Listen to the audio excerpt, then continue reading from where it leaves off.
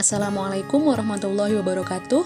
Perkenalkan, saya Aulia Safira Putri, mahasiswa PPG Prajabatan Gelombang 2 tahun 2023. Pada video ini, saya akan memaparkan tentang kampanye praktik baik penerapan scaffolding pada Zone of Proximal Development atau yang disingkat ZPD. ZPD merupakan rentang antara kemampuan aktual dengan kemampuan potensial peserta didik. Kemampuan aktual didefinisikan sebagai kemampuan untuk menyelesaikan masalah secara mandiri, sedangkan kemampuan potensial didefinisikan sebagai kemampuan untuk menyelesaikan masalah di bawah bimbingan atau bantuan orang lain. Kemudian scaffolding. Scaffolding merupakan strategi pembelajaran yang memberikan bantuan atau bimbingan kepada peserta didik secara terukur dan sesuai dengan ZPD masing-masing peserta didik. Bimbingan yang diberikan akan berangsur-angsur dikurangi seiring dengan potensi belajar peserta didik yang terus berkembang. Hal ini sekaligus untuk membangun kemandirian pada diri peserta didik. Penerapan scaffolding pada ZPD dapat memberikan manfaat yang besar. Beberapa ahli juga telah menekankan pentingnya penerapan scaffolding pada ZPD, seperti Wood, Brunner, dan Ross pada tahun 1976 yang berpendapat bahwa penerapan scaffolding pada ZPD dapat meningkatkan efektivitas pembelajaran di mana dengan bantuan yang diberikan, anak-anak dapat mencapai tugas-tugas yang sebelumnya sulit atau bahkan tidak dapat mereka lakukan sendiri. Adapun Carol Dweck pada tahun 2006, yang merupakan seorang psikolog yang terkenal dengan konsep mindset-nya, berpendapat bahwa dengan memberikan bantuan yang tepat dan pada saat yang tepat, guru dapat membantu peserta didik mengembangkan pola pikir yang percaya diri dan terbuka terhadap tantangan. Dengan demikian, anak-anak dapat melihat kesalahan sebagai peluang belajar dan tidak takut untuk mencoba hal-hal baru.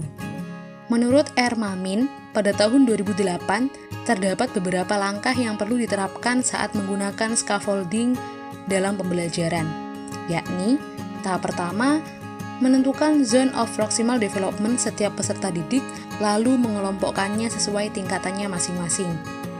Tahap kedua, guru perlu merancang pembelajaran. Tahap ketiga, memantau dan memediasi kegiatan belajar dengan memberikan dukungan penuh, kemudian mengurangi dukungan tersebut secara bertahap, supaya peserta didik mampu menyelesaikan tugas secara mandiri. Tahap keempat, mengecek dan mengevaluasi hasil belajar dan proses pembelajaran. Adapun hal-hal yang saya lakukan dalam menerapkan scaffolding pada ZPD sesuai langkah-langkah tersebut adalah sebagai berikut.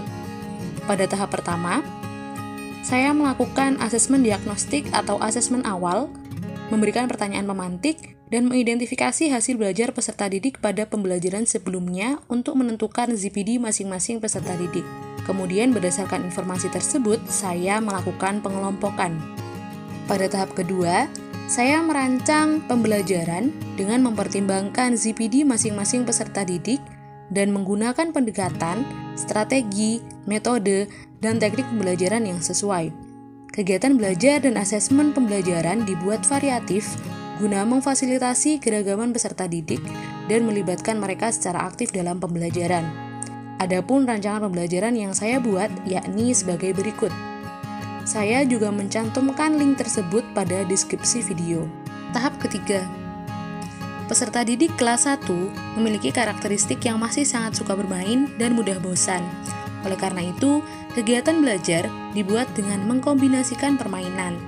Kegiatan belajar sambil bermain dilakukan secara berkelompok yang disesuaikan dengan tingkat kemampuan atau ZPD masing-masing peserta didik. Urutan permainannya juga disesuaikan, yakni peserta didik dengan kemampuan tinggi, sedang, kemudian rendah.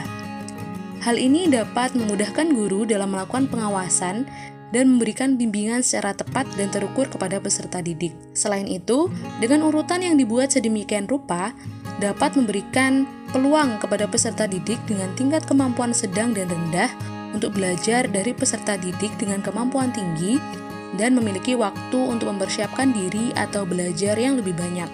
Kemudian pada tahap keempat, pada tahap ini saya mengecek dan mengevaluasi hasil belajar peserta didik dengan memberikan LKPD, kemudian melakukan penilaian sesuai instrumen penilaian yang telah dibuat.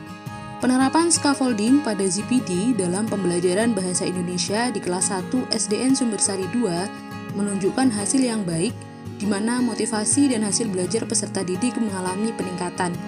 Hal ini diketahui dari sikap peserta didik saat pembelajaran berlangsung, kegiatan refleksi di akhir pembelajaran, dan hasil asesmen formatif yang telah dilaksanakan. Hasil capaian penerapan scaffolding pada ZPD ini selaras dengan hasil penelitian yang dilakukan oleh Ida Nursanti pada tahun 2022 yang menyatakan bahwa penerapan scaffolding dapat meningkatkan hasil belajar peserta didik. Adapun referensi yang saya gunakan dalam menerapkan scaffolding pada ZPD dalam pembelajaran ini adalah sebagai berikut.